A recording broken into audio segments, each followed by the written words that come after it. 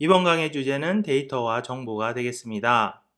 그러면 이번 강의에서는 데이터는 무엇이고 정보는 무엇인지 제대로 한번 짚어보고 넘어가 볼까 합니다.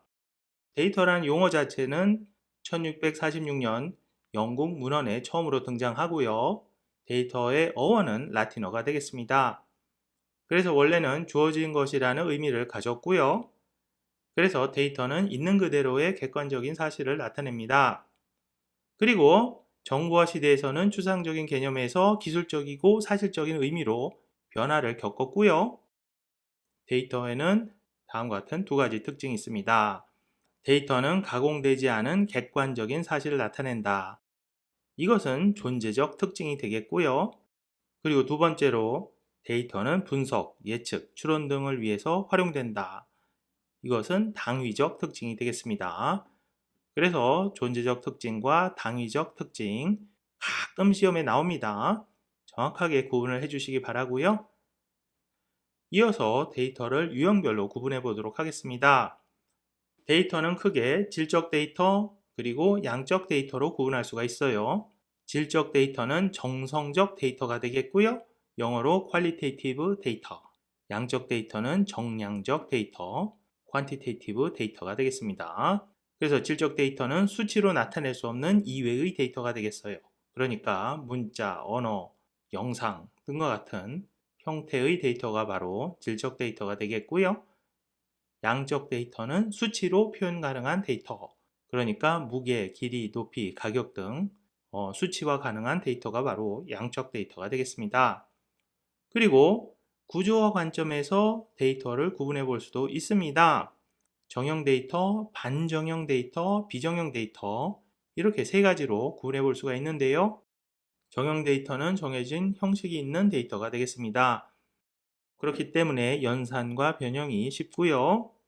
대표적으로 엑셀 스프레드시트에 담겨져 있는 데이터, 그리고 우리가 나중에 알아볼 관계형 데이터베이스 안에 담겨진 데이터, 이들은 정해진 형식에 맞춰서 저장된 데이터이기 때문에 정형 데이터가 되겠습니다.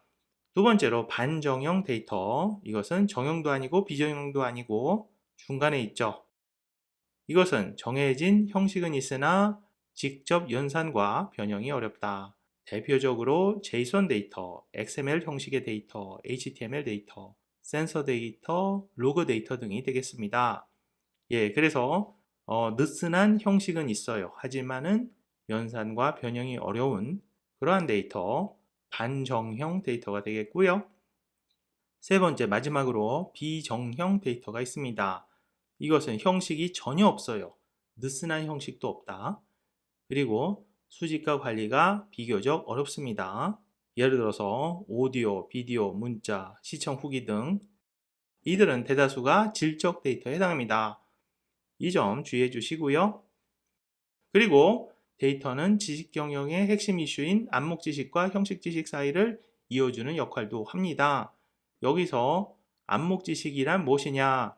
개개인의 경험으로 내면화되어 있어서 공유하기 어려운 형태의 지식, 내가 가지고 있는 나만의 지식, 이것이 바로 암묵 지식이 되겠고요. 형식 지식은 문서화되어 있어서 공유하기 쉬운 지식이 되겠습니다. 그래서 암묵 지식은 사람의 두뇌 안에 들어있는 지식이 되겠고, 형식 지식은 문서화되어 있는 지식, 그리고 이들 사이를 연결해 주는 것이 바로 데이터다. 그러면 암묵 지식과 형식 지식 사이의 상호작용을 조금 더 심화해 보도록 하겠습니다. 그래서 왼쪽에는 암묵 지식이 있고 오른쪽에는 형식 지식이 있는데, 암묵 지식은 공통화, 표출화를 통해서 형식 지식으로 변환되고요. 반대로 형식 지식은 연결화, 내면화 과정을 거쳐서 암묵 지식이 됩니다. 그래서 공통화, 표출화를 통해서 암묵 지식이 형식 지식으로 변환되고, 연결화, 내면화를 통해서 형식 지식이 암묵 지식으로 변환된다. 공표, 연내, 여기 보시면은 두음 법칙이 있습니다. 공표, 연내, 공통화, 표출화, 연결화, 내면화, 이렇게 순서대로 기억할 필요가 있고요. 하나하나 조금 더 자세히 알아보자면, 공통화는 개인의 지식을 조직의 지식으로 만드는 것, 표출화는 개인의 지식을 문서의 형태로 표현하는 것이 되겠고요. 연결화는 표출된 나만의 지식을 다른 사람이, 다른 개인이 본인의 지식으로 만드는 것, 내면화는 개인의 경험으로 내재화된 지식이 축적되는 것. 예, 이렇게 공표 연내 관련해서 알아봤고요. 순서대로 기억해 주시기 바랍니다. 기억하시는지 모르겠어요. 이전에 우리가 키워드 분석했었죠? 그때 DIKW 피라미드가 눈에 띄었습니다. 드디어 DIKW 피라미드에 대해서 배워보겠습니다. 가장 바탕에는 데이터가 있고 그 위에는 information, 정보가 있고 그 위에는 knowledge, 지식이 있고요. 가장 꼭대기에는 wisdom, 지혜가 있습니다. 그래서 데이터는 있는 그대로의 팩트, 있는 그대로의 사실이 되겠죠. 그래서 데이터는 가공되지 않은 객관적인 사실이 되겠고요. 예를 들어서 사과 가격 A마트에서는 800원이고 B마트에서는 사과 한 개당 900원이다. 있는 그대로의 사실, 가공되지 않은 사실. 그리고 데이터를 가공해서 우리가 정보를 만들 수가 있고요. information. 그래서 예시를 보자면 사과 가격은 A마트가 B마트보다 저렴하다. 해석을 한 거죠. A는 800원, B는 900원이니까 A마트가 더 저렴하다. 데이터를 한 단계 가공한 것이 되겠고요. 그런 다음에 그 위에는 지식이 있는데 지식은 뭐냐? 지식은 정보의 내재화 과정을 통해서 만들어진다. 예, 그래서 정보 플러스 개인의 경험 하면은 내재화되어서 지식이 만들어진다가 되겠고요. 그러면 예시를 계속해서 이어보겠습니다. 그래서 지식에 해당하는 주장은 사과를 살 때에는 A마트가 유리하다가 되겠죠. 그래서 데이터가 정보로 변했고 이제는 지식 단계까지 왔습니다. 그리고 마지막으로 지혜는 무엇이냐? 지혜는 지식과 경험과 아이디어를 결합해서 만들어지는 것이 되겠고요. 그러면 지혜 단계에서 할 수 있는 주장은 무엇이냐? 더 이상 사과에만 국한되지 않고 다른 과일을 살 때에도 A마트에 가야겠다. 이러한 주장이 바로 지혜에서 나오는 주장이 되겠습니다. 그래서 DIKW 피라미드 관련된 문제도 종종 출제되니까 꼭 기억해 주시기 바랍니다. 마지막으로 데이터를 나타내는 단위에 대해서 알아볼까 합니다. 데이터를 나타내는 가장 기본적인 단위는 바로 비트가 되겠고요. 비트는 0이냐 1이냐를 나타내고요. 0은 스위치를 꺼놓은 상태, 1은 스위치를 켜놓은 상태, 이렇게 이해하시면 되겠습니다. 그리고 비트를 8개 모아서 1바이트를 만들 수가 있어요. 그리고 1024바이트가 1킬로바이트, 킬로는 1000을 의미하죠. 그래서 대략 1000바이트가 1킬로바이트고 그리고 1킬로바이트의 대략 1000배, 1024지만 대략 1000이 되겠죠. 그래서 1킬로바이트의 1024배가 바로 1메가바이트. 예, 그래서 곱하기 1024 해서 단위를 키워갈 수가 있습니다.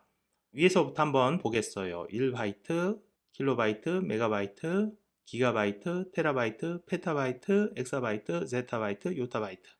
일상생활에서는 우리가 메가바이트, 기가바이트, 테라바이트 쉽게 접할 수가 있죠. 하드드라이브 보통 테라바이트급이 많습니다. 그런데 일상생활에서 페타바이트 이상은 접하기가 어려워요. 그렇죠? 테라바이트의 1024배, 그리고 엑사바이트는 조금 현실적이지가 않게 느껴집니다. 그래서 데이터 단위 관련해서 작은 단위들은 우리가 현실에서 많이 접하니까 큰 어려움 없이 기억하실 수 있겠죠. 하지만 실생활에서 접하기 어려운 큰 단위들은 잘 기억해 둘 필요가 있습니다. 테라, 페타, 엑사, 제타, 요타. 요타가 가장 큰 단위가 되겠어요. 그러면 마지막으로 퀴즈 하나 풀어보고 마무리하겠습니다. 퀴즈. 다음 데이터 단위 중 가장 큰 것은 기가바이트 이후에는 테라, 페타, 엑사, 제타, 요타 이런 순서대로 데이터 단위가 커가는 것을 알 수가 있죠. 예, 그래서 요타바이트가 데이터 단위 중 가장 큰 것이다. 기억해 주시기 바랍니다.